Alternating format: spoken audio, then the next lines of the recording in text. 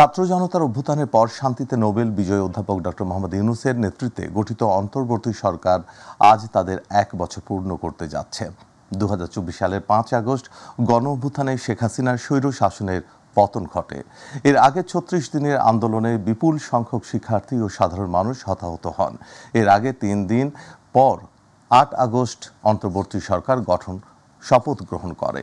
জুলাইয়ের শহীদদের আকাঙ্ক্ষা অনুসারে সরকার নির্বাচনী ব্যবস্থা, শাসন ব্যবস্থা, গণমাধ্যমের স্বাধীনতা, অর্থনীতি, বিচার ব্যবস্থা, আইন শৃঙ্খলা পরিস্থিতির উন্নয়ন এবং অভ্যুত্থানে নিহতদের বিচার সহ সব খাতে ইতিবাচক পরিবর্তন আনার লক্ষ্যে বিভিন্ন পদক্ষেপ গ্রহণ করেছে। এরই মাঝে ৬ আগস্ট প্রধান উপদেষ্টার কার্যালয় থেকে নির্বাচন কমিশনে একটি চিঠি পাঠানো হয়, যেখানে আগামী ২০২৬ সালের ফেব্রুয়ারিতে রমজান শুরু হওয়ার আগেই নির্বাচন আয়োজনের প্রস্তুতি সম্পন্ন করার জন্য বলা হয়।